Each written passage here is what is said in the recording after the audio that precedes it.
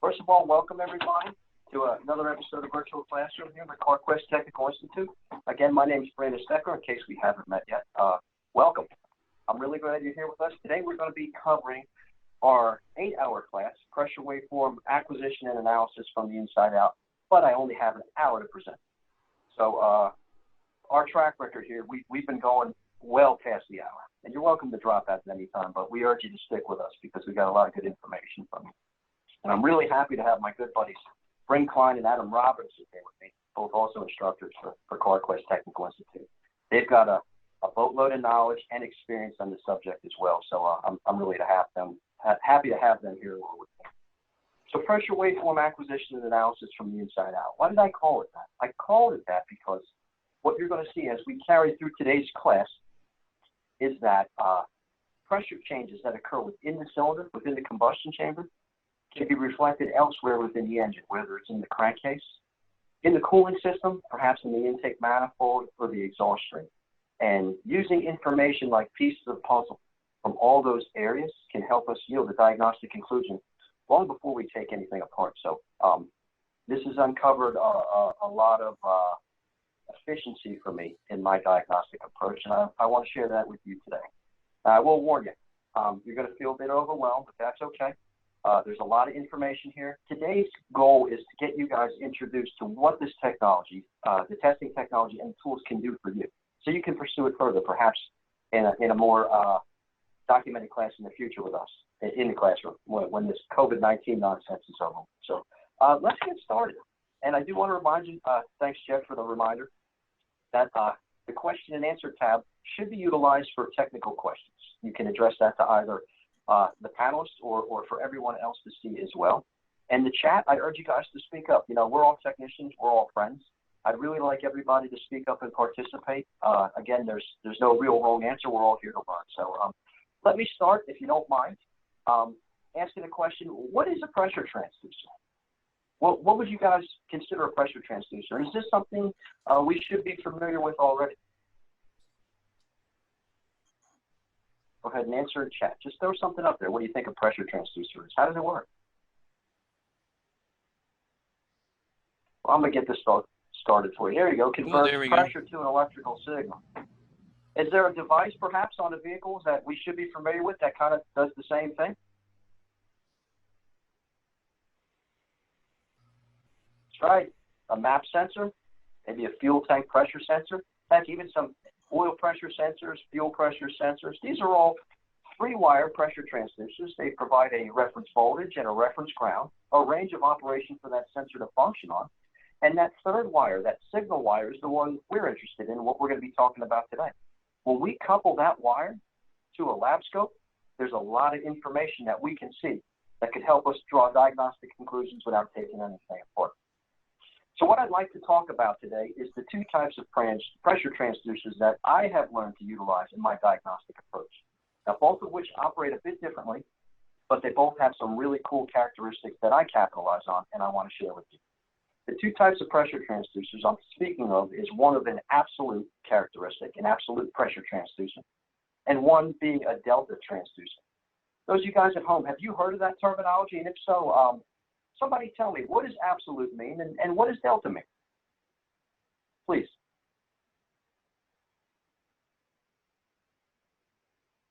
Okay, well, while these answers roll in, I'm going to keep going. Absolute would represent something that holds a value.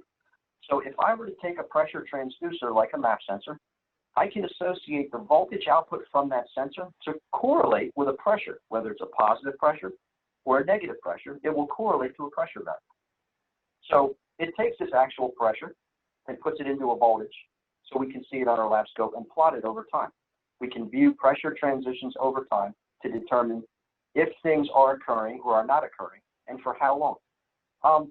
You're going to hear me reference pressure transducer and vacuum transducer. The reason why is not every tool company builds their transducers to function exactly the same. Some are inverted from one another. So when you hear me use the word pressure transducer, I'm referring to what you see on the screen here. As pressure increases, so does the voltage output from this transducer. Consequently, as pressure decreases or vacuum intensifies, the voltage output from that transducer will decrease as well.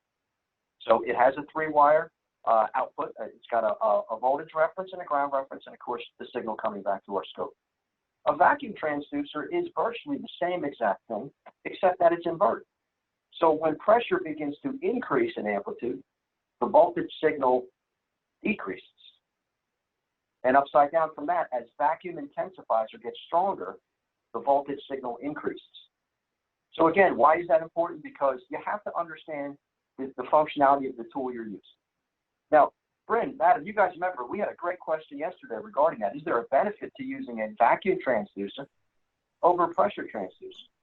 Now, regarding the range of operation, sure, there certainly could be if we have something that has a tighter range of operation because it gives us more resolution to our signal. But just the fact that it's inverted, it really doesn't mean much to us at all. It just means we have to know which direction we expect the transition, the sensor to transition, when we add a pressure to it or a vacuum to it.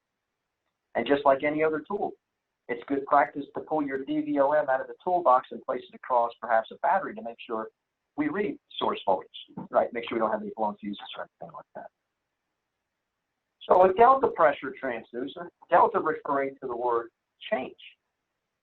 It's extremely, extremely sensitive to change, and we can capitalize on it. I'm sure by now most of you, well, I'm going to ask a question. If you wouldn't mind clicking the raise hand button, we'll get to test that out here. Have you fellows heard of and ladies as well, heard of a pressure pulse sensor or a first look sensor? Go ahead and throw your hands up if you have, please. Button right down there at the bottom. Well, I'm not seeing any hands on my screen, but that's okay. A delta transducer is the device itself. The first look sensor is a brand name of a tool made by a company called Xenex Technology, whereas a very similar device called a pressure pulse sensor is made by a company called Autoditex. So I like to use the analogy like a Kleenex is to tissue or Nike is to sneaker. A first look sensor is a delta sensor, and a pressure pulse sensor is a delta sensor. The key is the functionality and how it works. So I'm sure by now we've all cooked on a propane gas grill, and that button we push, whether it's electronic in nature or a mechanical striker, agitates a crystal within that component, and that crystal produces a voltage. Does anybody know the name of that technology? Starts with a P. Probably going to have a lot of misspellings here. Well, you guys are quiet today. Go get a cup of coffee. There you go. Piezo. I just had lunch. They're in lunch coma. I haven't eaten yet. I'm starving. A piezoelectric property is one in which, as the crystal within this device is agitated, it sits behind the diaphragm. When the crystal is agitated, it's going to output a voltage. Now, the key to it is the stronger the crystal is agitated, the higher the voltage amplitude. Now, when we put it inside this device here, I'm displaying a pressure pulse sensor. This water droplet signifies a change in the pulse, in air wave, or in this case, a water ripple, that would come into this nipple here. As that pressure, positive pressure, acts upon that device, we're going to have a positively traveling voltage signal coming out of it. And as that subsides or starts to decrease, it's going to travel negatively. So we're going to capitalize on both of those sensors, whether it's absolute in nature or delta, to help us yield some diagnostic conclusions.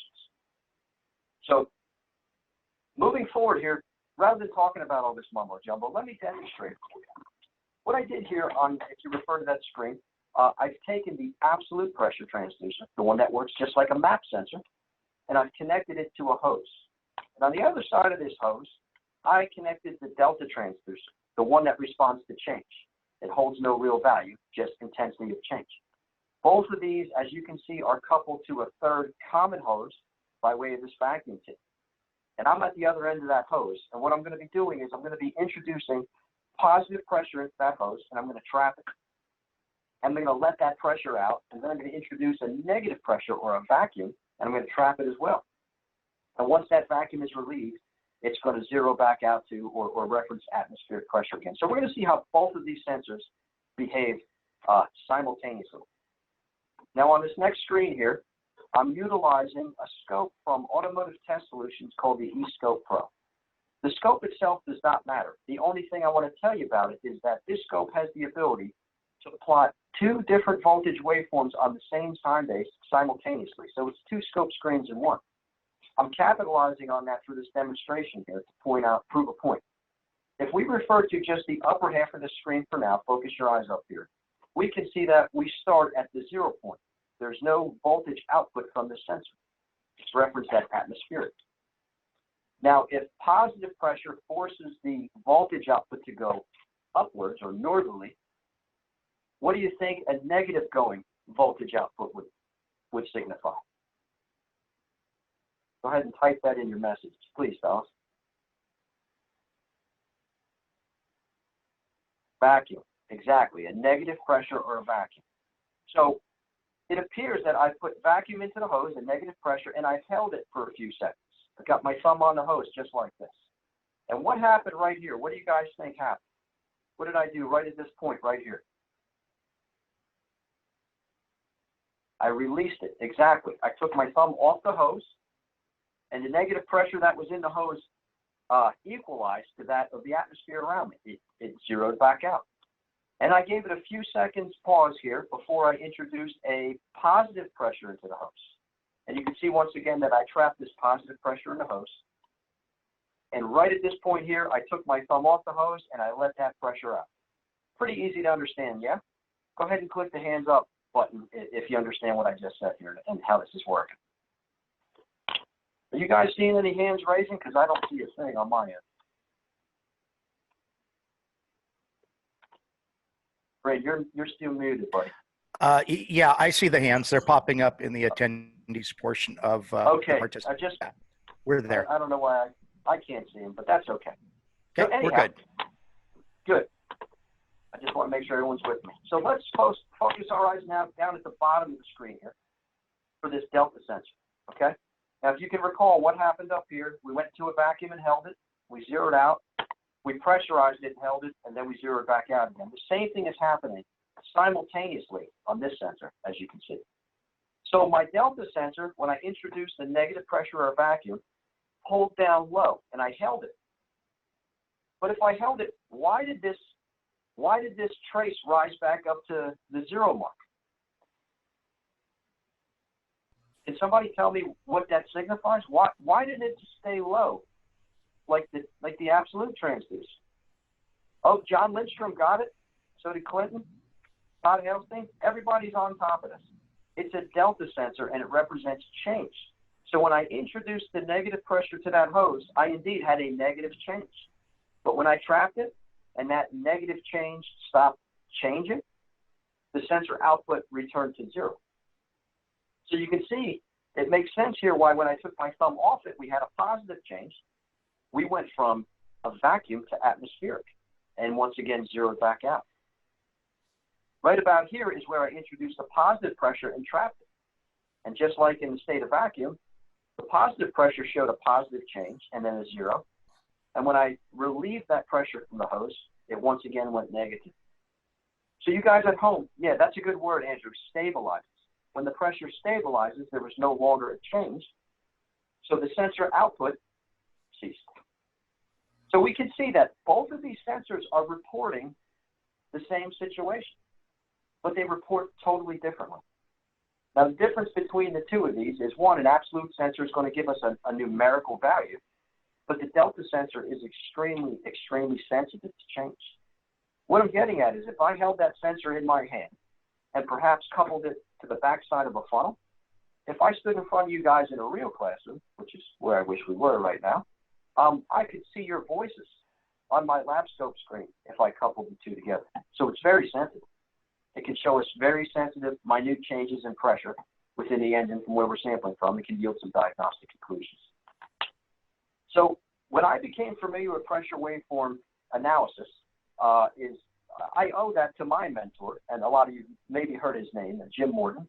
Now, Jim Morton didn't teach me pressure waveform analysis, but he did teach me how to learn, and I think that was even more important. He taught me a lot of things, and one of the most important things he taught me was about 85% of the things that happen on vehicles happen on all of them because of the physics that are involved. You know, and now how each manufacturer controls certain things, like ignition events and fuel delivery, that varies, and we can do some reading to learn about that on the spot. But the physics behind, generating a spark, for instance, or creating pressure with fuel, you can't change that. It's the physics. So he taught me to master tools and techniques that apply to everything. So I couldn't think of a better test or tools than pressure waveform analysis, and that's why I took it on and invested time to understand how it works and what it can do for me. It became clear that I could use it within a cylinder, like to replace a compression gauge. I can do some pressure testing in an intake manifold, knowing that all the cylinders should be equal to one another as far as how much air they move, how much air they displace. The same with the tailpipe. I can look for pressurizing the crankcase if I had blow-by getting past rings, or even in the radiator if I had a compromised head gasket sealing surface, whether it was the gasket or a crack in the head or perhaps warpage to the deck or the head itself. So let's talk about why did I get away from a pressure gauge? I want to ask you guys a question. I'd appreciate it if you give me some feedback here. Understanding the tools and the tests limitations is crucial to proper, efficient, as well as accurate diagnostics. As well as, like Todd stated, way less detail. What does the pressure gauge actually tell us? And I'm going to prove a point here in a second. What does the gauge yield us?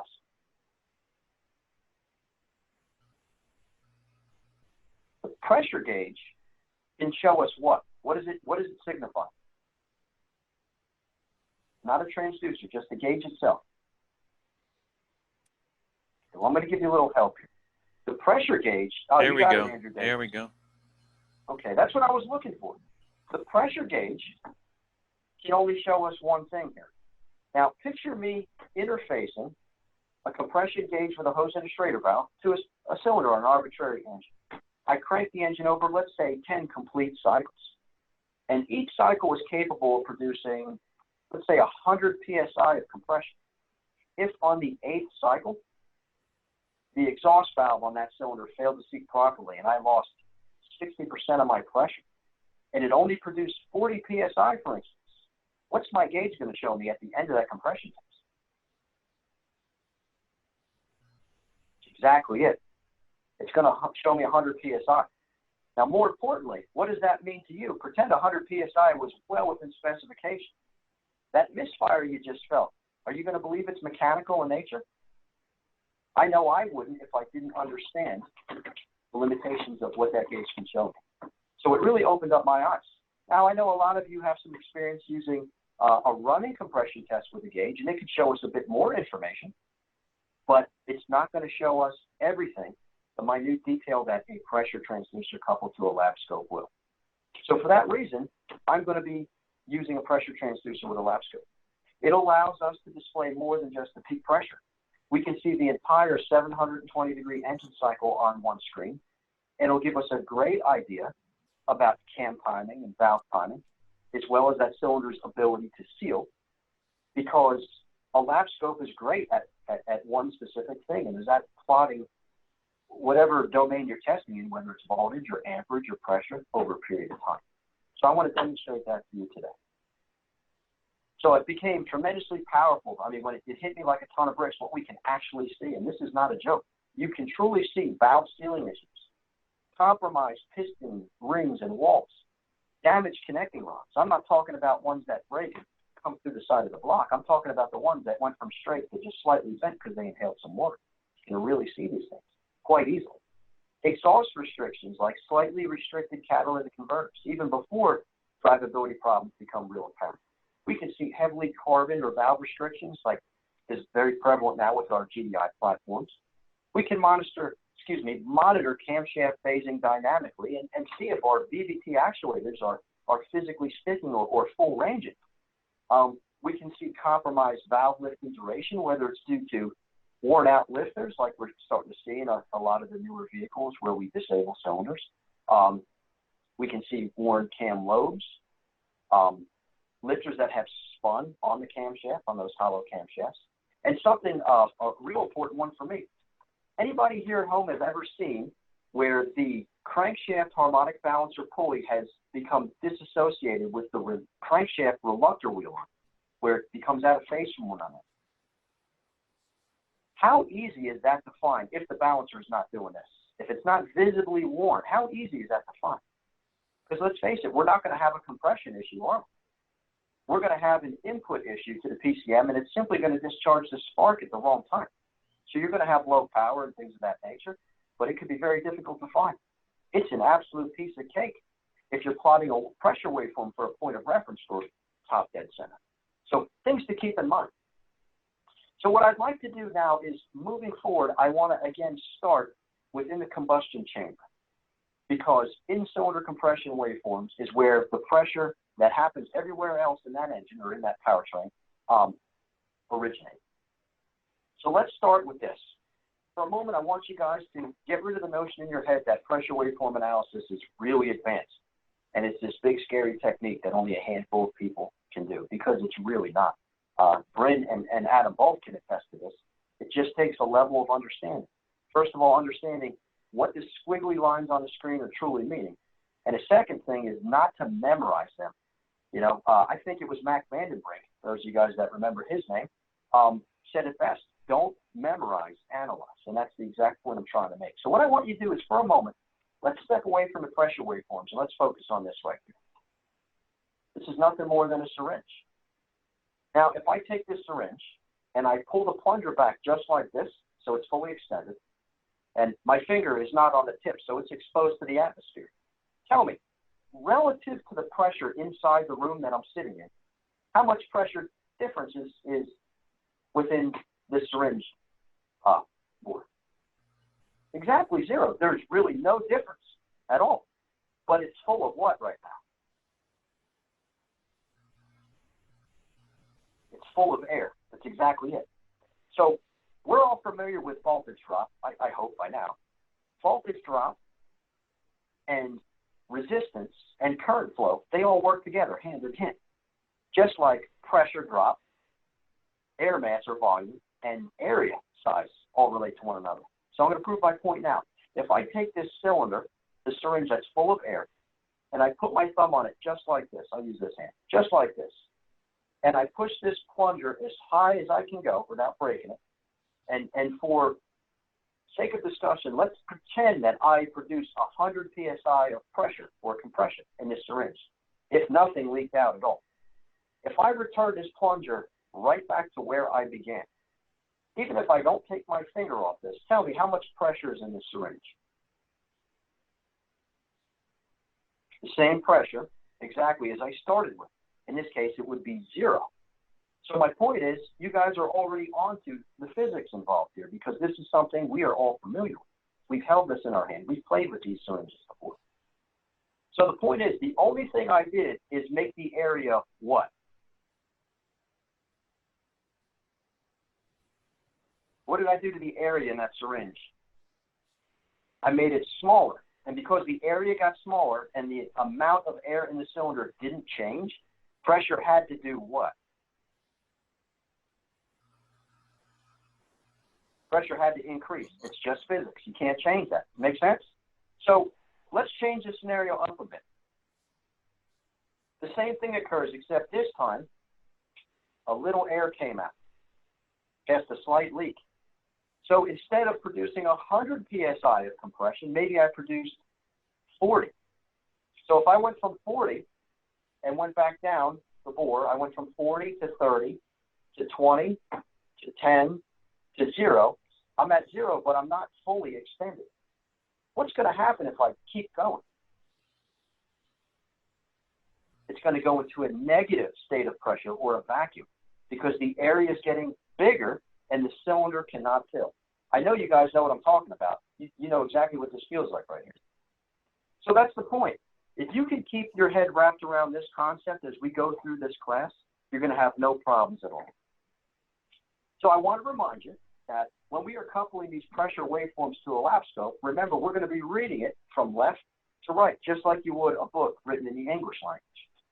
And anything that happens to the left of your scope screen is going to be earlier or advanced compared to something that is happening closer to the right side of the screen, which would be retarded or late. So I want to start off right now relate what you see on the screen there to this syringe.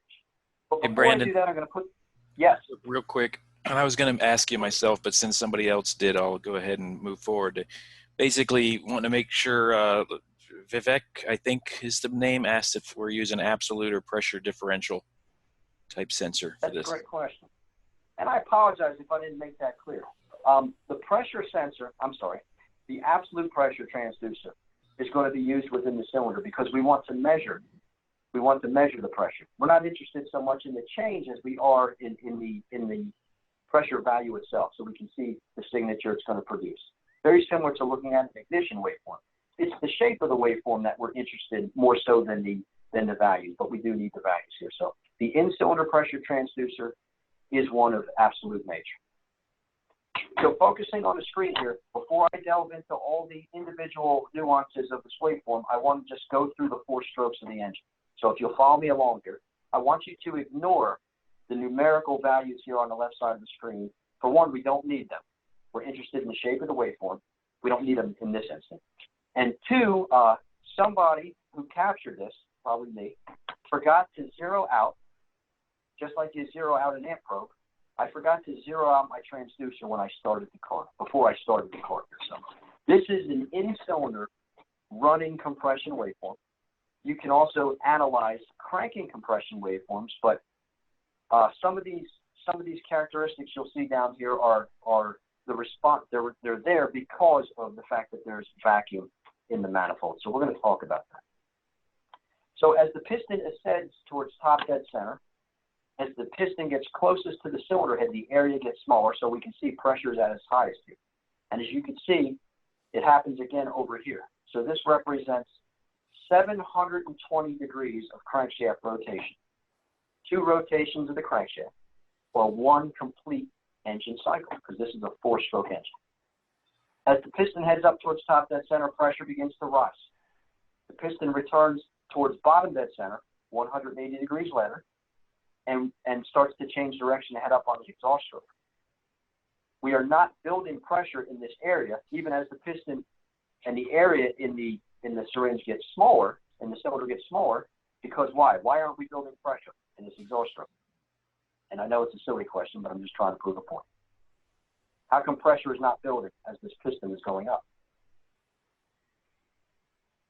Because the exhaust valve is open. The spent contents within the cylinder are being expelled past the exhaust port, and there's no way to build pressure if we can't trap the air inside. So 180 degrees later, we get to the 360 degree mark, or halfway between the 720 degree engine cycle, and we begin our intake stroke. The piston begins to descend within the cylinder bore and inhale air. So it gets to bottom dead center, where the piston once again changes direction and begins to head northward. And we go back up and we repeat that compression stroke. So let's go back to this syringe for another moment. Earlier when I started this section of the class, I did this and I asked you how much pressure was in here relative to the pressure in this room, and everybody synonymously said 0 difference or atmospheric pressure, and you were correct.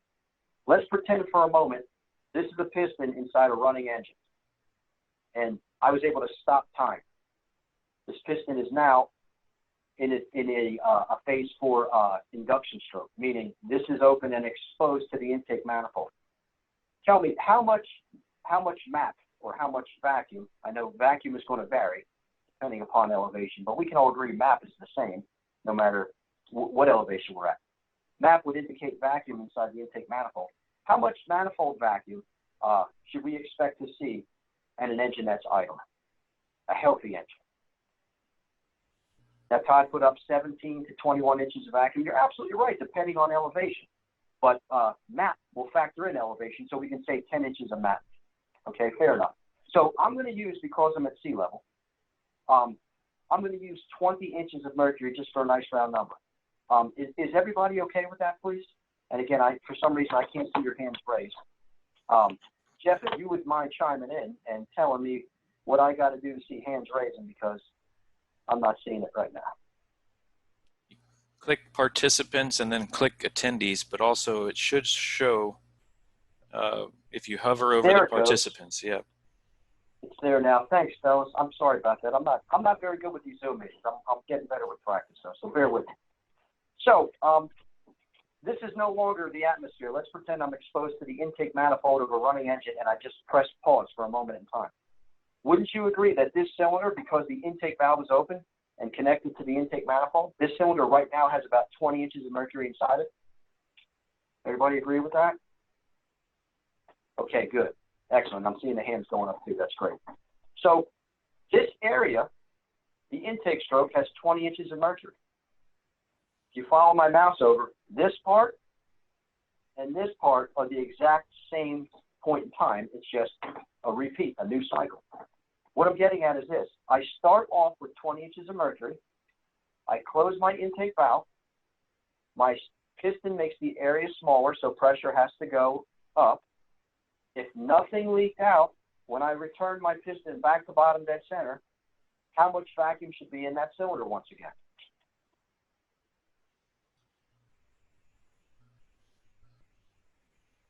"20 inches of mercury." So watch my mouse.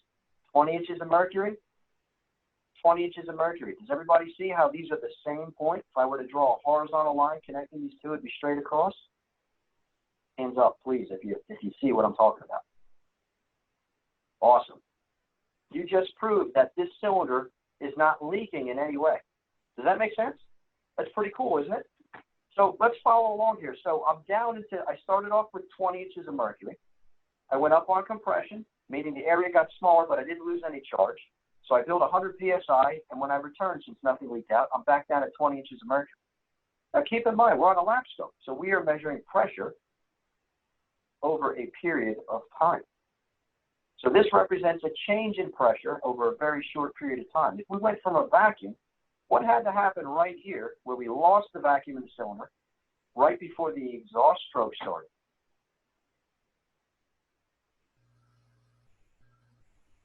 What do you think happened? In order to expel the contents out the exhaust port, we had to open something, didn't we? Exactly, EVO, or exhaust valve opening. So that point where we went from a vacuum to what would be atmospheric or exhaust pressure is where the exhaust valve opens. So hands up if you agree with me. Does this point hold some significance for us right here? Excellent. You're with me. That's where the exhaust valve opens. Now we make our way up through the exhaust stroke, and again, no pressure is building. What might it mean if I start to see pressure increase in amplitude as the piston ascends towards the cylinder head? What could that mean? It could mean a restriction. That restriction could be a collapsed muffler. It could be a partially clogged catalytic converter. It could be an exhaust valve that is maybe not sufficiently open, like a collapsed lifter, or maybe a worn cam lobe. But you see what I'm getting at. The pressure waveform can tell us how the air is being moved in and out of the cylinder. Now keep in mind, we're dealing with a running engine, so that vacuum storage tank, that intake manifold, is holding 20 inches of mercury. Okay? So as I get to top dead center of the exhaust stroke, my piston will start to change direction. But right before it does so, my intake valve opens up. And we can see that by, how do we know where the intake valve opens up? You saw a change in what?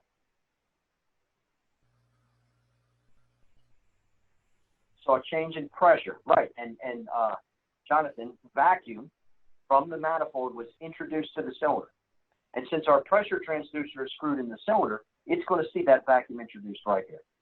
So we make our way in our induction stroke, and this piston starts to contribute and pull air from the intake manifold, or displace it, until it gets to bottom dead center, right here, the 540-degree mark. And then the piston changes direction. So if my piston changes direction and I start to head up and the area is getting smaller, why am I not building pressure beginning right here? Why did pressure start to increase at this point? Exactly. Who was that? That was James, said the intake valve isn't closed. John said the same thing. Our intake valve didn't close. Not yet. It's totally normal. That's the way engines are designed. We'll talk about that later on. But right at this point, what do you think happened right about here?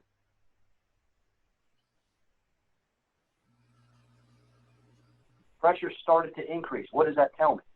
that tells me we started to trap the air. So, as you can see, this is not magic. It's simply a level of understanding. Now, we're going to apply what we just learned with the syringe to some live vehicles. I shouldn't say live vehicles. Some previously recorded case studies where I can prove this to you on a vehicle that I was faced with. So people ask me all the time, Brandon, would you mind taking a look at this waveform? And I'm happy to do so. But I'm going to show you what it is I'm looking for. First of all, these are some of the points of interest, as I call it. This represents good running compression. What is good running compression? That can depend. That depends on the engine speed. That depends on the angle of the throttle, how much air is being restricted by that throttle. That depends on the geometry of the engine, the bore and the stroke and the compression ratio. All that stuff comes into play. But good running compression should be within specification. But to be honest with you, I don't really care anything about what's above this area right here. All the good stuff is right down here. So if you rip this waveform in half horizontally, I want the bottom half.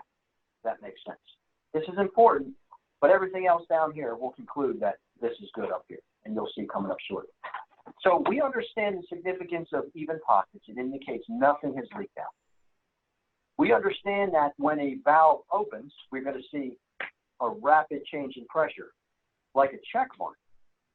However, if a valve didn't open nicely, like we had a worn lifter or a worn cam lobe, if a sharp change in pressure, a sharp contrast indicates a good opening and closing valve. What do you think a poorly opening valve would look like? Remember, we're measuring pressure over time. A rapid change in pressure over a short period of time, like we should expect, would generate a sharp change. What would a slow opening valve or a worn cam lobe or lifter show on a lab scope here? Mark, you nailed it, buddy. A slow change and not a sharp spike. Matter of fact, my buddy Adam actually has a capture queued up here if you wouldn't mind putting it up on the screen. Yeah, if I could take over the meeting for just a second and do a share screen, I have a great example of what you're talking about. So you guys should be able to see, and it looks like this is coming up for you. What I've done in this picture, just a little history on this. Some of you will realize there are 4 individual waveforms on this screen. This was taken off of a Subaru with a 2.54 cylinder, with cylinder number 1 and 3 representing the passenger side, with cylinders 2 and 4 on the driver's side. Now, a couple things to think about when it comes to pressure change is pressure can really only do one of 3 things. It can go up, go down, or remain the same. And as Brandon has been talking through this, the key here is to have a way to measure the pressure, watch the change, but then put the change in sequence with when it's supposed to be there in the engine. Now, if you look at cylinder number 1 in the upper left-hand corner right here, this is the point that we talked about the exhaust valve opening. Now, with these markers being top dead center and this next one being bottom dead center, each one of these marks here represent 30 degrees of crank rotation. If we count backwards from bottom dead center, this would put us at 30 degrees, then 60 degrees. All right. The first thing to notice is that this depth, this exhaust pocket, like the syringe concept, that depth is not the same vacuum as what we saw in the intake, which in some cases could be thought of as a possible leak, as Brandon was describing. But if we drop down underneath it to cylinder number 2, which is perfect on this vehicle, you will notice that the depth of that pocket is exactly the same as the depth of the pocket over here. But the other thing you'll notice is right here, there's a little bit of a violence or a non-symmetrical change in pressure. It's got kind of a snap as the pressure starts climbing back up towards atmospheric pressure. When you look at cylinder number 1, you'll notice the decompression and then the opening of the exhaust valve to start heading back up to atmospheric pressure is very symmetrical, very rounded. That violence or that popping didn't happen. Now, the next thing you'll notice is that the opening of this exhaust valve is happening at, once again, 30, 60 degrees before bottom dead center. But if you look at cylinder number 2, most of you should be able to see that if we go from bottom dead center and we move back to the opening point, that's 30 degrees before bottom dead center. Now, 30 degrees is a lot of difference in cam timing. But with the lack of violence that we see here, and knowing that the violence was supposed to happen, you're noticing an exhaust valve that had too tight or not enough clearance. So instead of the camshaft lobe coming around and snapping into opening of that valve, it was riding the camshaft lobe, and that violence didn't happen. Interestingly enough, to add to this waveform, if you looked at this just logically and said, well, it appears that I really wanted it to open right here. Well, if you watch and you continue this decompression, it would actually at that rate hit that same opening point if we were to increase the valve lash in that cylinder. And you'll notice we have basically the same aspects on cylinder 1 and cylinder 3, whereas in cylinder 2 and cylinder 4 have that violence. And I think that's what you're trying to get across to the guys. Am I correct with that, Brandon? That's exactly it. And it's so powerful, the information available on this one capture. I mean, where else can you get all that information without taking anything apart? I think it still feels like magic sometimes. It really does. I'll turn you back over there, buddy. All right. Thanks. Adam just reminded me of something as well that I didn't bring up, but I think it's a very valid point, is we talked about this area right here being even when nothing is lost. So if we go back to my syringe and we go back in that state of vacuum where we lost some charge, you know, we went up on compression and some of the charge leaked out. So we got 40 PSI and then we drew back, we went into a vacuum like everybody stated. What do you think that is going to do to the pocket right here? What is that going to do to that pocket? Oops, I lost my chat. Everybody's saying deeper from That's Simon. Exactly it. The pocket, this area right here, is going to be relatively deeper. What Adam displayed was the opposite because the valve is opening early because it's tighter. If I had a leak, it's going to draw that cylinder into a vacuum. So you're going to get what I call pocket differential. And we're going to talk about that coming up on my next I've got a good series of slides. Oh, I was going to ask that question. I thought it was pretty good. Looks like Adam did answer it. But would you be able to identify a single valve not opening or closing on a multi-valve engine? Or does this only apply to engines with a single intake and exhaust valve? That is an awesome question, and it's going to provoke some thinking here. So consider this. It depends. And here's what I mean by that. Can the air get in and out of that cylinder efficiently? Sure. If we have two exhaust valves and only one is opening, absolutely it can, under certain operating conditions. But if we start to pick up that engine speed and try and flow more air through that cylinder, then that restriction will allow, we're going to see the effects of that. If you go back to a garden hose connected to a spigot on the outside of your house, and you covered that hose 90% of the way with your thumb, if you left just a little bit of an opening and you open that spigot so it would trickle, it could get past your thumb quite easily. That restriction is going to be a problem when what happens? When you increase the volume, you ask more water in that case to flow past that restriction. And I can't remember who asked that question. It's a great question. Nolan. If you wouldn't mind, Nolan, does that make sense, buddy? You're going to tend to see that on higher RPMs and higher loads, you know, you and your race cars. That's what you're going to be the guy to notice, but not Grandma. I actually had one the other day. It was yesterday. It was a Jeep Grand Cherokee, and I guess some of the very late model units have variable lift on those 3.6s. I wasn't aware of that. You guys, that was kind of crazy to hear about that yesterday, but I was trying to make my own test to try to determine maybe there's a problem with one lifter or whatever not opening enough under higher RPMs, because that's when the symptoms were occurring. But very good question.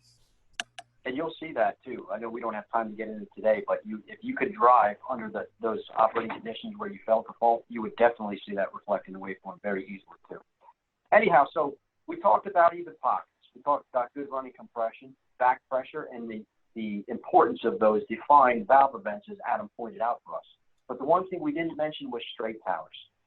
So straight towers, if I were to take a horizontal cursor and plot it through the center line horizontally of this compression tower and one vertically, if I measure the time difference between the center point and the rising ramp and then compare that to the center point and falling ramp, the time difference between the two in a straight tower is very minimal. We're talking a 1 millisecond difference in time. What does that signify? Picture the crankshaft rotating at a steady rate. Let's call it 1,000 RPMs just for nice round numbers. That piston should rise and fall at the same rate, meaning we should produce pressure and reduce pressure at the same rate. They'll be equal to and opposite one another. When you have a severe leak, that's not the case. Pressure is going to rise at a certain rate, but it's going to fall at a faster rate, meaning the time difference from here to here as compared to here is significantly different. Now, I don't want you to get your heads wrapped around this like this is a test I performed. This is simply a demonstration for explanation. There's going to be other characteristics in the waveform that signifies you have a loss of compression or a loss of cylinder charge long before you even see leaning towers. And I used the analogy the other day. You will see pocket differential long before you see leaning towers. You only see leaning towers when that pocket differential gets large enough. So just like you smell smoke before you typically see the fire, you're going to see pocket differential long before you see leaning towers. You only see the leaning towers when it gets really, really bad. So all these waveforms are real great to see, and they're a lot of fun to analyze, but without the cursors, like Adam demonstrated in his post there, without the cursors, it'd be very hard pressed, other than the shape of the waveform, to see a shift in timing unless it was really, really significant. So these cursors, what we do is we place this cursor here across the center point of top of that center tower, just like we did here, and we do the same on the other tower. We know that's 720 degrees of crankshaft rotation. So if we divide that in half, each half is 360 degrees. And if we divide one of those halves into half again, or 25%, each one of them represents 180 degrees. If we take a 180-degree section and divide it 6 equal ways, we get 30-degree increments. This provides really good resolution for us to measure. We can capitalize on this to determine when valves open and close, or how long they remain open, duration. So before we move forward, what do you guys think about a case study? Anybody want to see a case study so we can demonstrate how this works for us? All right. So I was at the Honda dealership numerous years ago, and a nice lady brought her car in. I believe it was a 2003 Honda Accord. Not that it really matters. But the car came in with a check engine light on. That was her complaint. And it had a P0341 stored within the PCM, indicating a lack of correlation between the camshaft and the crankshaft. I did note as I ran the vehicle that it's very noisy underneath the hood, and I could tell that the noise was coming from within the valve cover. Now, the first thing I did was pull the dipstick, because this car was not very clean. It didn't appear to be very well maintained, and perhaps that's a prejudicial comment to make, but you guys know what I'm talking about. But I pulled the dipstick from the crankcase, and there was no oil on it at all. Nothing would register. In fact, it took almost 2.5 quarts of oil to get this where it needed to be. So in my mind, we've got an engine that's been severely neglected. The vehicle had 162,000 miles on that. And the reason I told you that is because Hondas have adjustable valve trains, and these valves are recommended for a clearance check at 105,000 miles or 7 years, whichever comes first. So when I saw that the odometer had 162,000 miles on it, I inquired with the customer about, the vehicle's history and whether or not the valves have been adjusted. And the customer really didn't even know what I was talking about. So show of hands here. Would I be within my rights to recommend a valve adjustment at this point in time? Would anybody see anything wrong with that?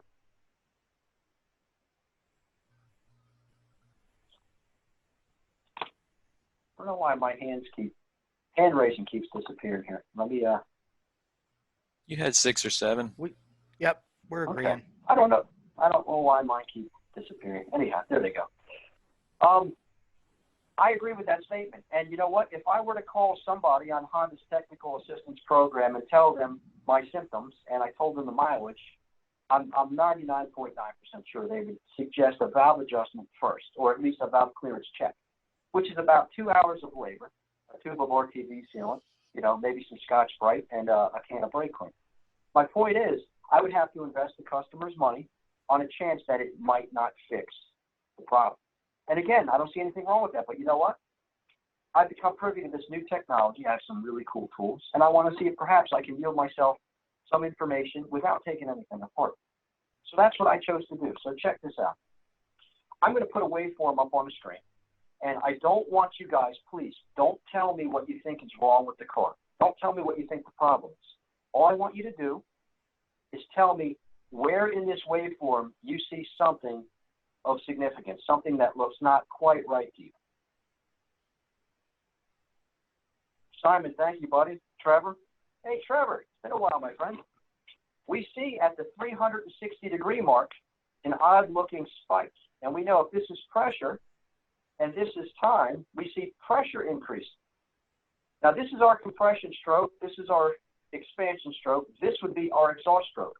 Are we supposed to build pressure in a cylinder under the exhaust stroke? We're not. So if pressure is starting to build, we had to somehow have trapped the air or prevented it from being expelled from the cylinder, right? Isn't that how pressure builds? If the areas get smaller, we have to somehow block the air from being relieved for pressure to build. So somebody, Simon and John Lindstrom, suggested maybe the exhaust valve is closing early. You know something? I've got noise under the valve train, which could mean loose valves. The vehicle is 62,000 miles overdue for a valve adjustment. It's never been properly maintained. And I have pressure building in the cylinder at the end of the exhaust stroke. Would it be in my rights to recommend a valve adjustment at this point in time?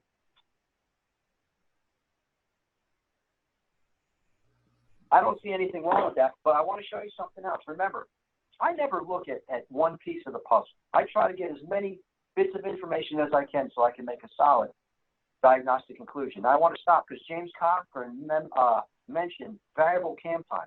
Now, I know I didn't tell you this at home, but understanding your opponent, the car you're working on, is absolutely crucial. I know this has VVT, but I also know that VVT, or variable valve timing control, is on the intake side only. We're questioning an exhaust problem at this point in time. So I don't think VVT has something to do with it. So I could have a valve adjustment issue, meaning they're too loose, making noise, and closing early. But I could also have something else. Don't forget about this, right? Oops, don't forget about this right here. What does this indicate to you? What clue could this be?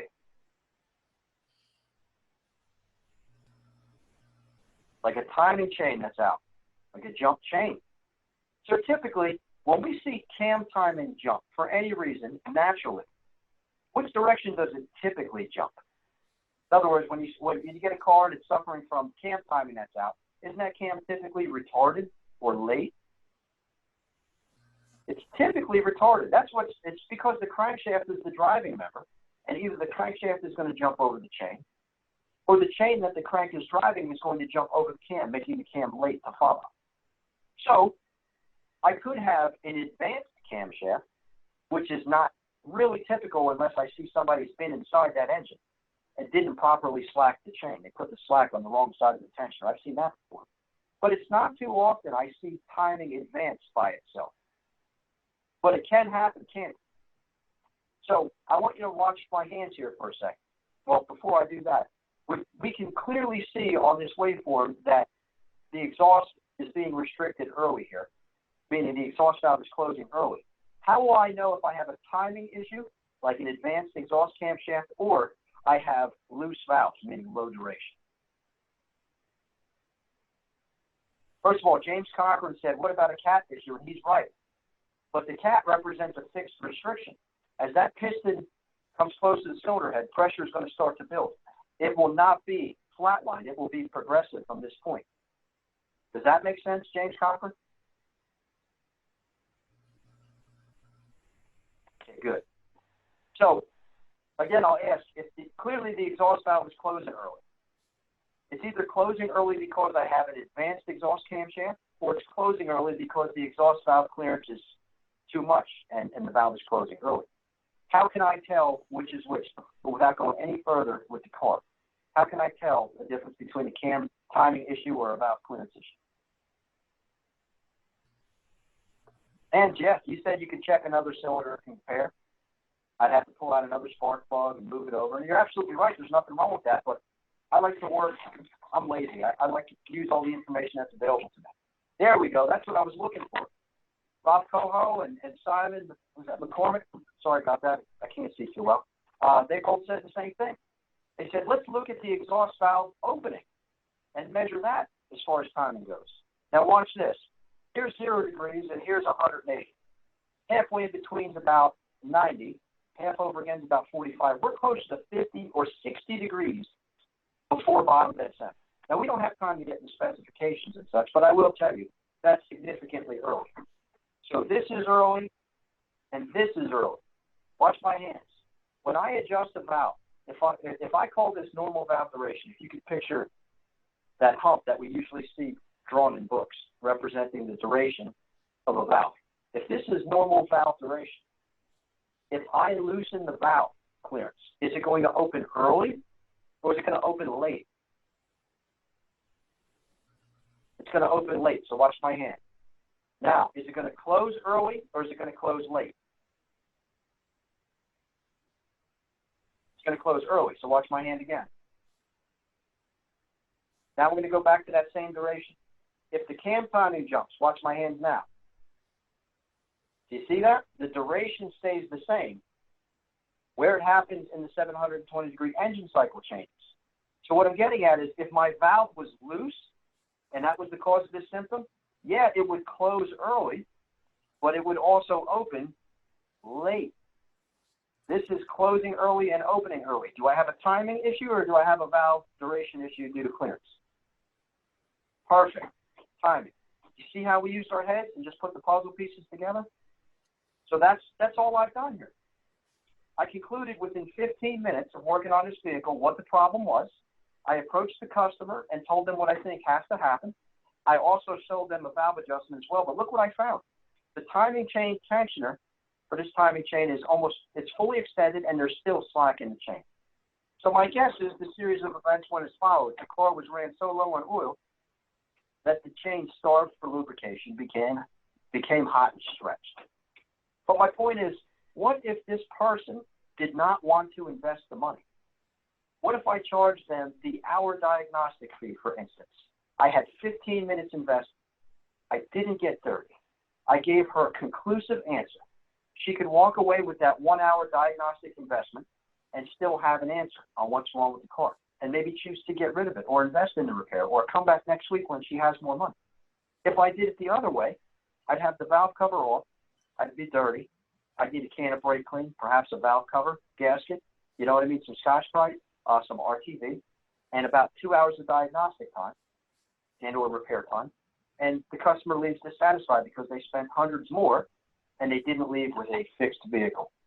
We know how those situations go. So I'm not preaching to anybody, but this is just how I choose to do it. And in my mind, it's a smarter and more efficient and clean way to do it. So were you guys all with me on that one? Awesome. Okay. The pressures within the cylinder are going to be reflected elsewhere when valves open and close and those pressure changes are introduced to other areas of the vehicle. So we're going to move on to the intake manifold vacuum traces now. Now, again, trying to keep this easy for everyone to understand. When I start to create analogies in my mind so I can relate things, it makes it easier for me to learn. That's just my method. So rather than thinking about an intake manifold and vacuum and all that crazy stuff, I look at the intake manifold as nothing more than a storage tank. Look at this, like this being the intake manifold, and each one of these people representing a cylinder with piston that is displacing air. They are all going to be drawing air from that cylinder. Now, imagine if those pistons, that cylinder, combustion chamber, if you will, was displacing enough air that the throttle plate could not allow for enough to get through. And we went back to that discussion with the spigot on the outside wall. If I cover my thumb and let the water trickle out, it could still come out without a problem. It's only when I open up the valve more and the water tries to come out at a higher rate that restriction becomes a problem. So if these pistons begin to draw air at a rate faster than the air can get past the throttle bore, we're going to draw that manifold into a vacuum. I hope that makes sense to you. So what we are interested in with the intake manifold vacuum trace is a lineup. of almost like a prisoner lineup, or if that's what you call it, you know, standing there in jail. We want to see the odd man out. I know we've all heard that before. Which one looks different than the other? And in my mind, if I have a 4-cylinder or a 6-cylinder or an 8-cylinder engine, regardless, all 4 or 6 or 8 of those cylinders should be engineered to move the same amount of air as the others. I mean, would you guys agree with that statement, Adam, Brent? You know, maybe that's not the case in every engine. Who knows what they're going to do next? But I mean, that's just how my brain works. So each cylinder pulls on the intake in turn. And the cranking vacuum waveform is going to look different than a running vacuum waveform for the same reason it would if you were using a gauge. Cranking vacuum with a gauge versus running vacuum with a gauge is going to be totally different. The idea is, again, to look for anomalies that differ from cylinder to cylinder. It can be correlated to events within the suspect cylinder and other areas of the vehicle, as I use like puzzle pieces to come with an overall diagnostic decision, just like we did in that last case study. Now, this capture here comes courtesy of my good buddy out in Washington State, Alvin Moore. Alvin's a tremendous contributor to our community and has gone out of his way to conduct experiments on his own time, just so she can share his knowledge with us.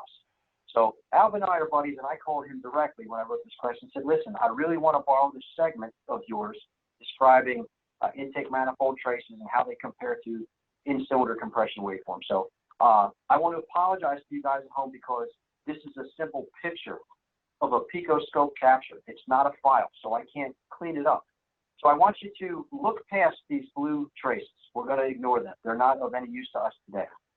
The red trace represents a cranking compression waveform in a specific cylinder. And there's 720 degrees of crankshaft rotation. If you look down here, you can see it looks very different from our running waveform. The reason being is, again, very low cranking vacuum as compared to running vacuum. The vacuum is what creates those pockets, the intake pocket and the exhaust pocket, which creates that exhaust plateau that we've seen earlier in the in-cylinder compression waveforms. What we also have here is our green trace. Our green trace is a delta transducer. And that delta transducer, the one that responds to change with the piezoelectric crystal, is interfaced to the intake manifold at a common point where all cylinders can act upon it. I like to use the evaporative emissions port. That has to be centralized. What you'll see here is in 720 degrees of crankshaft rotation, you see a pole. And what is that pole represented by? When the vacuum from the cylinder, from the piston drawing down the cylinder board, pulls air from the intake manifold. So this is a pull from one piston. This is a pull from another piston, a third one, and then a fourth one. So we've got 1, 2, 3, 4 pulls occurring in 720 degrees. Tell me, how many cylinders is this engine comprised? 4. You got it. That's exactly it. So we are concerned with how each one of these poles compares to one another. And as you guys can see here, without getting too technical with some of the noise riding on the signal, would you agree that all 4 of these poles are relatively the same compared to one another? Excellent. That's the point I'm trying to prove. I want to bring up another point about understanding the limitations of the test and the car you're working on. If this was a 4-cylinder engine like the one we just worked on in the last case study, and let's pretend for a moment that the chain jumped over the camshaft, yielding an exhaust camshaft that was at a time. Would these poles or would these poles not be the same for all cylinders?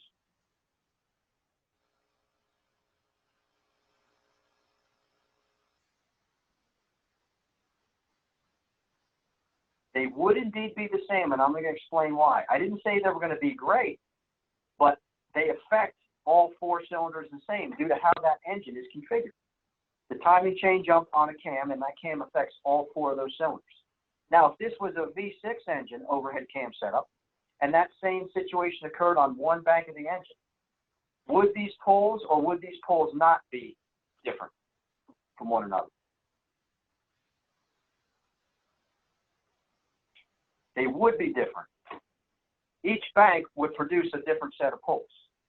And if the firing order was bank 1, bank 2, bank 1, bank 2, bank 1, bank 2, we'd have a deep pole and a not so deep pole, and then a deep pole and then a not so deep pole. So do you understand the same test performed on a different vehicle can yield us different, it could yield us conclusive evidence that we've got a timing issue, or it could not. So just things to not be taken lightly. So what I'd like to do is use this testing technique and these tools on a case study. But first, I want to go back and hammer home this point here. This is what I was talking about. This represents where an exhaust valve opens or leaves its seat. This is where the exhaust valve closes or is reintroduced to its seat. This area right here is where the intake valve opens, and this area right here is where the intake valve closes. So focus your eyes on the intake duration for a moment. If I tighten an intake valve, is it going to open up earlier or later? Earlier. So this blue point right here might be somewhere over here. So what's going to happen to this gray area? This gray area is called overlap. Overlap is when the intake and the exhaust valve are open at the same time. What's going to happen to this gray area? It's going to increase. It's going to get bigger. The gray area is going to start right here, and it's going to go up. It's going to be bigger. Same thing if I did that with the exhaust valve. If I tighten the exhaust valve, it's going to open sooner, but it's also going to close later. If I draw the red line out here, that gray area, once again, is going to be bigger. My point is overlap. We're going to talk about overlap coming up. That overlap is when the intake valve and the exhaust valve are open at the same time. Great. I've been told that since I was 18 years old. What does it mean to me? Absolutely nothing until I learned this, until I realized this. Hey, guys. The intake and the I'm sorry to interrupt you, Brandon. We got a pretty good question in the chat from Todd. He asked why to use a delta sensor instead of absolute on an intake sample, is the question that was asked. That's a great question. And you know what? I'm going to chalk that up to scope capability. Something like Pico has very, very, very good sample rate and capture capability, as well as some really good zoom features. So you could easily use an absolute transducer like the WPS 500 and zoom in really tight on it. However, not every scope has the capture capability than that of Pico. So some other scopes that lack that sample rate or that capture capability cannot easily see those minute changes that occur. With a delta sensor, I've had the sensor respond so much that it actually goes off my scope screen, and I have to rearrange my scope just so I can see it. So the delta sensor typically outputs a lot more violently, if you will, a lot more pronounced than an absolute transducer. Another thing too, real quick, is people were using delta sensors for far longer than absolute when it comes to intake manifold pressure. So if you want to go back on IATN and just look at other people's captures, which have been on there for a long time at this point, a lot of them are going to be like a first look type sensor. And then a lot of training material often tends to be first look pressure pulse type sensors as well. That's been my experience anyways, but you can use both, like Brandon says, if you got the tools for it. Thanks, guys. Great question. So we're gonna visit the next case study here. And before I do that, I want to discuss the significance of valve overlap. Again, the duration of time when they're both open. What that actually means is when the intake is connected to the exhaust stream for a short period of time. That fact is going to come into play here in this case study. And you guys are going to get this real easily, I'm quite sure. Things to keep in mind. Reduced valve clearance or insufficient valve clearance is going to increase duration because the valve is going to open sooner and close later. Excessive valve clearance is going to reduce duration because the valve is going to open later and close sooner. Okay? Now, this next case study I want to do is when I was just really getting into applying these tools and techniques to what I call live vehicles. So if you guys, those of you that are on IATN or were, you can still refer back to the archives. In November 2013, I did this experiment.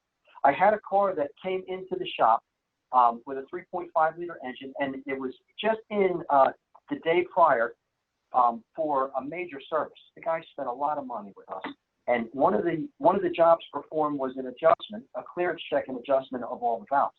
Now, those of you that do adjust valves realize that it takes some practice. Meaning, I can't just offer you a specification and say, adjust these valves to spec.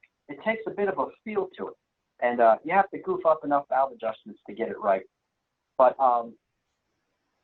those of you that do perform valve adjustments know what I'm talking about. So unfortunately, the tech that had serviced this vehicle didn't have the feel quite right. He didn't take any shortcuts or anything like that, but he was a bit too tight on some of these valves. So before I knew that, I just had a hunch because I knew that's what's just performed. And now the customer brought the car back the next day with the complaint that she says when she puts her coffee mug down, it spills. When she's at stop signs, it just splashes all over the place. We know that to be a rough running action. So in my mind, I'm thinking to myself, you know, I probably have to readjust these valves. I'm going to perform an experiment to see if I can learn something. If I don't learn anything, it doesn't matter. I have to adjust the valves anyway. And this is kind of what I'm asking you guys to do at home. We're not going to accomplish very much today due to our limitation in time here, but when you go back to the shop, I don't want you to change anything you're doing. You're all experienced technicians, and we've all been successful at this for likely many years, a lot of you a lot longer than myself. But the point is, keep doing what you're doing, but before you fix the car, introduce some of these tools and techniques and see if it corroborates what you already know. I think in short time, relatively short time, you're going to realize that these tests are become the easy to perform ones and your go-to tests, and you're going to get away from all that heavy disassembly work for diagnostic purposes only. So what I did was I told my service advisor, I believe I have to adjust these valves. And I told him it was late in the day. I want to keep the car overnight. I'm going to stay late and allow the car to cool off. On the specification for valve adjustment is below 100 degrees Fahrenheit. And it's important you stick to that. Otherwise, your valve adjustment is going to be skewed. I'm going to stay late and perform this experiment. I'm going to crank the engine over with a battery charger on it, all the while sampling from the intake manifold to see those pulls.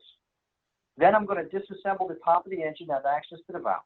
I'm going to measure and document each and every valve, and then I am going to adjust the valves to specification as perfect as I can, and I'm going to repeat my experiment to see if something changed. So I'm going to carry you guys through that experiment process as it occurred for me. So what I have here is, I don't want you to get overwhelmed. Just listen to me for a moment. I'm using a 20-year-old Snap-on motor. Okay? You can even do it with these older tools. I have all 4 of my labscope channels active and sampling. However, my red channel 4 and my blue channel 3 are not connected to the vehicle. I am simply utilizing them as a horizontal cursor to indicate a floor and a ceiling for visual point of reference for you for the green trace. The green trace is the delta transducer, the one that represents change, connected to a centralized location in the intake manifold. And the yellow trace is the ignition cop coil, 3-wire coil command from the PCM to the ignition coil. It's not spark, it's just the command for the coil to dwell. This represents very close to top dead center, as we're all probably familiar, because we know spark has to fire relatively close to top dead center. Now, why didn't I choose number 1? I'm a bit OCD, so I like all my waveform captures to be relatively the same at how I go about sampling. So I typically like to go on number 1 when I can reach it. But why did I go on number 4? And even if I did go on number 4, does it even matter? What do you guys think? Brent, what do you think about that? I mean, does it even matter? It doesn't. Like you were saying, you know, if you want to be consistent, that way you don't get confused when you're analyzing. It's nice to try to use the same one, but obviously whatever one's the easiest to get to, right? I mean, it's all about efficiency today. We're in a business, right? Yeah, I mean, Brent, you know me. A lot of you guys at home don't know me and know I'm sitting down right now, but I'm like 5'3", a majestic 5'3" with hair gel. So if I wanted to get on cylinder number 1 in this vehicle, somebody's got to hold my ankles. So I only needed a short step stool to get to number 4.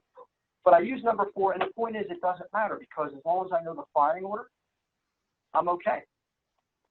Number 4 ignition represents when number 4 piston is near top dead center compression. Now I want to point something else out here. Behind this capture is an overlay program representing 720 degrees of crankshaft rotation. Again, just another visual aid for you. You don't need this. My point is, look where number 4 intake pole is. We know that's a pole, and that's a pole, and that's a pole, and that's a pole. How did I know number 4 intake pole was over here? If you go back to our compression tower, here's one tower and here's the other. This represents how many degrees of crankshaft rotation? This represents 720. So if I go from top dead center compression, I go 180 degrees down to bottom dead center. I go up another 180 degrees. I'm now at the 360 mark where I just completed my exhaust stroke. Right after that, I begin what stroke? Right after the exhaust stroke's complete, what stroke? Exactly, my intake stroke, 360 degrees later. So if I go to the 360 degree mark, the first pole after the 360 degree mark would be for number 4.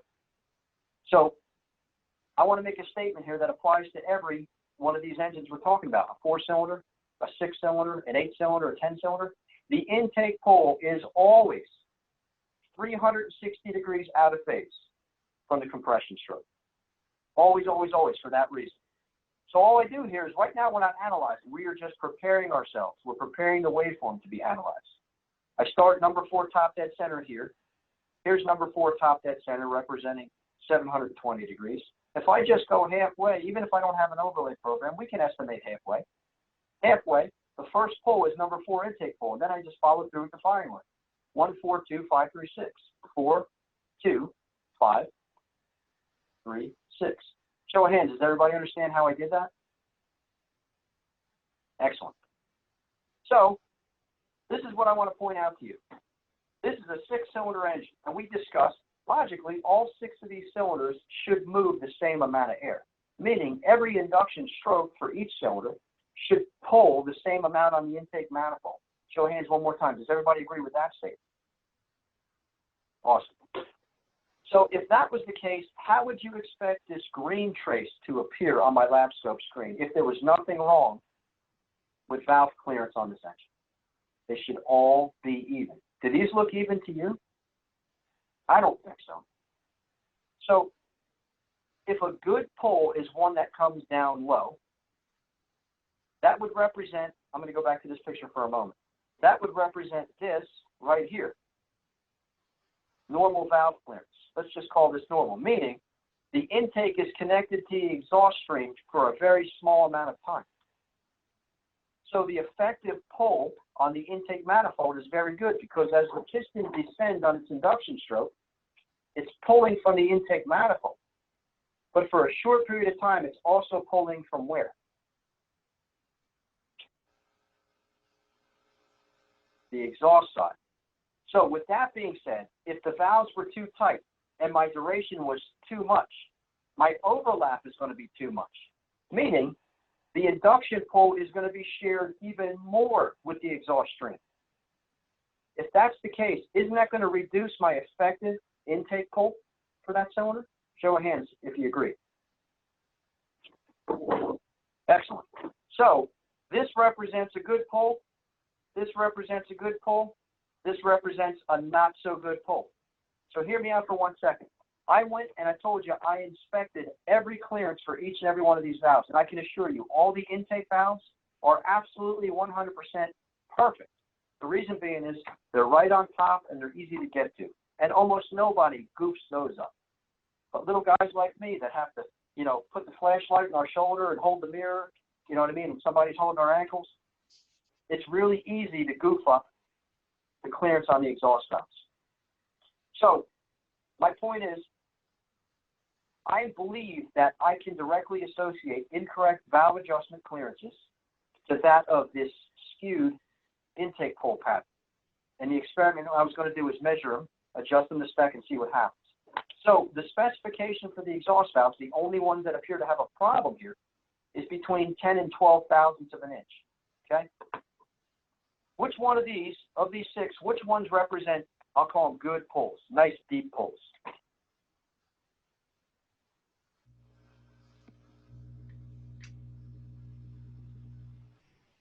Five. I think 5's not as bad as 2, but certainly there's ones that are better. Somebody, Rob, called out 1, 4, and 6. I would agree with that. 1, 4, and 6 appear relatively deeper compared to maybe 3, 2, and 5. Show of hands, would you guys agree with that statement? Good. So let's look at the nice ones here and look at the actual clearance I measured with my feeler gauge. Let's start with number 1. Number 1, I measured 10 thousandths of clearance. Look at the spec. I'm within spec here. Number 4, I measured 11 thousandths clearance. Look at the spec. I'm within spec. Number 6, it's not as good as 1 and 4, but it's closer to spec, 8 thousandths, but it is outside of spec. Now let's look at some of the bad ones. 2 is a real bad one. Look at this. 0 lash at all. It's way, way, way too tight, meaning the duration of that overlap is extended and more of the effective intake pull is being shared with the exhaust stream. That's why it's not pulled so much, pulled down so low. Look at number 5, only 3 thousandths clearance. Still very inefficient, very insufficient. And then there's number 3, 1 thousandths clearance. So now I'm starting to get excited. I'm like, wow, my experiment is lining up with my actual findings. My hypothesis is lining up with my findings. I'm going to adjust these to spec and repeat the test. What do you guys think is going to happen if I make these valves picture perfect? What do you think is going to happen to the green trace? They should all be equal. So watch this. What do you think of that? How's that for equal? More importantly, how do you think this engine ran when I was done doing this job? No more spilling coffee, I can tell you that. So my point is this. Here's actual specification, right in the middle of the spec, okay? I used to take for granted that, well, just like in alignment, green means good. Well, if I'm within the spec, it's okay. Since I now understand this concept, my goal is not to find spec. My goal is now to make these like this. And I know the only way to do that is to make the valve clearance exactly the same on every cylinder, meaning overlap is the same on every cylinder. A couple of you guys have thrown out the phrase EGR effect, and that's exactly right. What happens at idle if we open up an EGR valve when we're not supposed to? The car runs pretty bad. So if you could picture duration of overlap increasing, didn't we add technically EGR to that cylinder when we shouldn't have? You fellas now understand why variable valve timing exists? Because overlap is phenomenal for acceleration. Heck, look at an NHRA top fuel dragster. That thing idles and shake you right out of your seat at the start line, but you step on that throttle, you better hold on. It's the overlap, that excessive overlap, that is responsible for scavenging and charging the cylinders. It works with inertia. As the exhaust gases leave, they do this and they start pulling the intake, fresh air and fuel into the cylinder and charges it for the next event. So we can't have a lot of overlap at idle because the car will run rough, but we need that overlap to efficiently scavenge the cylinder under acceleration and other operating conditions. That's why VVT exists. So you understand, if I made the overlap equal to all cylinders, I made the combustion quality equal to all cylinders, and that is why the car now idles smooth. I used to believe tight valves meant loss of compression. That could happen if they get severely tight. But the reason why a car runs rough with insufficient valve clearance is due to overlap, due to that quality of combustion not being. So show of hands, does everybody understand what we just did here? Good. I'm very glad. It's as easy as that.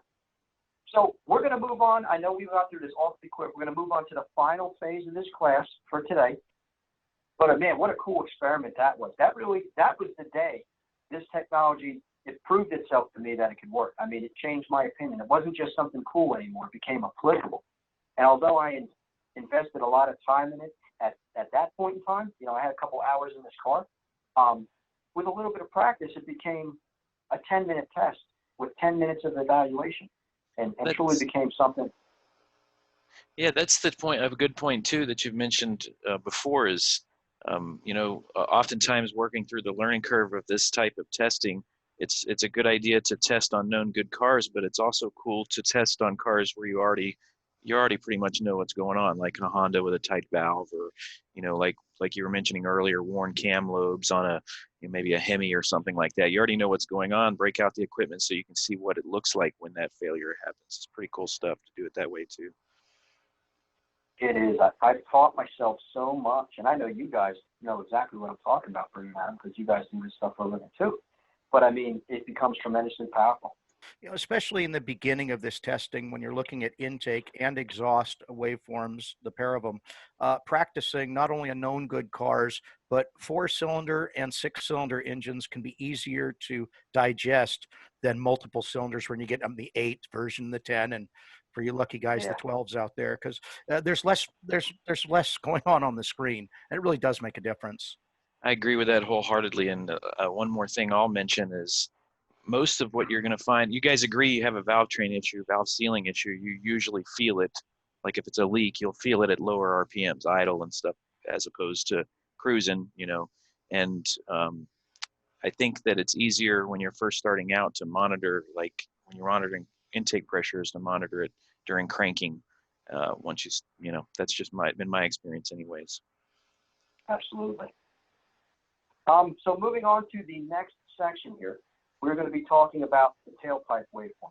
Now, there's a lot of confusion when it comes to the tailpipe waveform because I think people expect too much of the waveform and it doesn't yield them conclusive results. First of all, like the intake waveform, a cranking capture is going to appear a lot differently than a running capture. And in my opinion, there is so much activity that occurs in the exhaust stream that it's almost, for me, unusable when the car's running, except for one aspect. I use it to find misfires, so we're going to spend some time talking about that. But regarding the cranking tailpipe waveform, we are going to be looking for the poles, just like we did on the intake, and comparing cylinder to cylinder.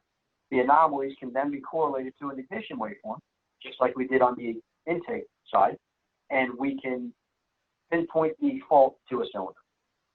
So I want to show you guys something before I bring up my next point. This short video comes courtesy of my good friend, President of Automotive Test Solutions, Bernie Thompson, where he acquired this from Photron.com. This is a high-speed camera within a cylinder under combustion. And what I'm trying to display here is we see a bit of, I'll describe it as a mushroom cloud, like we see on TV when a big explosion occurs. That mushroom cloud heats up the nitrogen within the cylinder, which causes it to expand and propel the piston downward. That's where we generate our horsepower and torque from. And there it is once again. My point is, this gas continues to expand, and that's what helps force the piston down and drive the motor. Keeping that in mind, this set of captures comes from a World Pack training instructor, a colleague of mine, Scott Matta, who I've gotten permission from. It's a really cool capture. Scott captured this from a 5.7-liter Dodge Hemi, a newer one. And the significance of that, me telling you that, is this. The Hemi boasts 2 spark plugs per cylinder. So this gives us a tremendous opportunity. We can take one spark plug out and put our pressure transducer in that spark plug, and at the same time allow the other spark plug to function normally. So we can run this cylinder under combustion. We can run it live as it operates and drives the engine, propels the vehicle down the road. So what you'll recognize here on the right side of the screen is a running in-cylinder waveform. However, combustion has been disabled because Scott has taken the opportunity to reach over and disconnect the fuel injector connector only. That's the only thing he did to create this waveform. After he acquired this, he reached over and he plugged the injector back in, so we now have sustained combustion, and you can see the difference in the waveform. So what we have here is the piston going up on top of that center compression, and shortly thereafter, once the spark ignites the air-fuel mixture and begins to propel the piston downward, the piston starts to travel down the bore of the cylinder, just like it does over here without combustion. However, you'll see a spike occurring right here. As the piston is about halfway down the cylinder, the piston speed slows a little bit, but that rate of combustion doesn't slow down any. So as the piston slows and pressure starts to build in the cylinder, we can see that occurring here. Shortly thereafter, as the piston continues down in the bottom half of its expansion stroke, piston starts to accelerate, and so does the area growing within that cylinder. So it can now continue to harness that expanding gas and not build pressure. Right about here at this point, something significant happens. I'm going to stop talking about this for a moment, and I'm going to go back over here. We recognize this change in pressure right here. We should recognize it by now as the exhaust valve opening. So what I've done was I've taken my vertical cursors, I've placed one at bottom dead center 180, and the other at the point that I saw the valve open or the pressure make a transition here. That is measured at 23.18 degrees before bottom dead center. That's what I have written here. Look at the pressure in the cylinder at the point the exhaust valve opens. Minus 12 psi. That's a vacuum, isn't it? If we measure 23 degrees before bottom dead center, just like we did over here, we measure it on the cylinder with combustion occurring, look at the pressure now. Positive over 12 psi. What I'm getting at is this.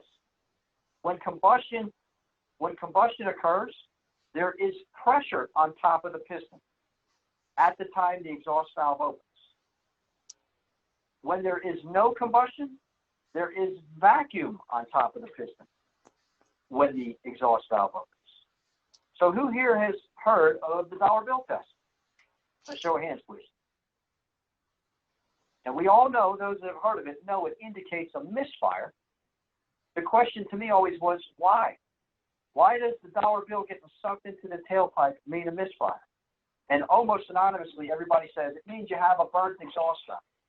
Well, a burnt exhaust valve can certainly cause a misfire. The lack of combustion is what causes that dollar bill to get drawn back into the tailpipe. And that's what I'm trying to prove right here. With no combustion, the vacuum that was in the cylinder is relieved to where when the exhaust valve opens? Where does the vacuum in the cylinder dissipate to? The exhaust. Exactly. So if the vacuum in the cylinder is exposed to the exhaust gases housed in that tailpipe, in that exhaust stream, have inertia. And the whole column of air sucks back, which also pulls the dollar bill in. So rather than rely on a dollar bill to tell us we have a misfire, I could replace that dollar bill with a delta sensor and correlate it to an ignition event to tell me not only that I do have a misfire, but which cylinder is misfiring. Does that make sense? Show of hands, please. Awesome. So moving forward here, if you take this waveform right here and you place this cursor down the center of the tower and do one here, that's what I'm zoomed in on right here. You'll recognize this is the bottom of a compression tower, and the tower goes way, way, way off the top of my screen. And then it comes back down here on what would be the exhaust pot. You can see top dead center represented by a cursor here, and it repeating itself over here. That's 720 degrees. The vacuum that is stored in this cylinder, this is a cranking in-cylinder waveform, along with a cranking tailpipe waveform in yellow. The vacuum in the cylinder that's being formed in the cylinder, when the exhaust valve opens, that vacuum goes to the exhaust stream. That's what causes the screen trace to go up and equalize to the atmosphere. Right at this point here is where the intake valve opens. We recognize that because the pressure in the cylinder begins to degrade when that vacuum from the manifold is introduced to the combustion chamber. Here's our intake stroke. Here's where our intake valve closes and pressure starts to build once again. So my point here is this is where the exhaust valve opens. Show of hands. Does everybody agree with that? Okay, good. If the exhaust valve opens and the vacuum in the cylinder is relieved to the exhaust stream, look at this. Do you see this pole right here? This pole right here? It lines up perfectly with this EVO, or exhaust valve opening event. That's the tailpipe pole from the cranking cylinder's exhaust valve opening. The vacuum in the cylinder is being exposed to the tailpipe. That's a pole. Here's a pole. Here's another one yet, and another one. So we've got 1, 2, 3, 4, 5, 6, and then we repeat itself again. How many poles, how many cylinders is this engine comprised of? 6, exactly. Now, I know what you're thinking, Brandon, there's a pole. Okay, then what the heck is this over here? And this one here, and this one here. I'm going to explain that right now. Remember, the exhaust valve opened here. The intake valve opens before the exhaust valve closes. That's what overlaps. So when I crank the engine over, when my intake valve opens, since my exhaust valve is still open, isn't that intake pole somewhat affecting the tailpipe? Show of hands, please. Awesome, you're with me. So as the piston starts to descend on its intake stroke, it's pulling on the tailpipe for a little bit of time until that duration, that overlap duration, ends. When the exhaust valve finally closes, that vacuum dissipates, and this starts to rise again. So it's this area right here, and I'm comparing it to this one, to that one, to that one, to that one, and to that one. Wouldn't you agree they're almost all the same? So we did it just like we did the intake, except for this. Check this out. This pull is deeper than 1, 2, 3, 4, 5. So we've got one that's deep, 5 that are not, and one that's deep again. If this in-cylinder exhaust pocket represents this, this represents a deeper pull in the tailpipe, which means the in-cylinder exhaust pocket will be deeper as well. And we talked about pocket differential. The more pocket difference you have, the more intense of a leak you have. We have one cylinder that is unlike the others. And those of you that have ever performed a relative compression test, it's the same principles involved. We're looking for one that is unlike the other. This served as a cranking relative compression test for me through the tailpipe. So I can now pursue a cylinder that is leaking. I hope that makes sense to you.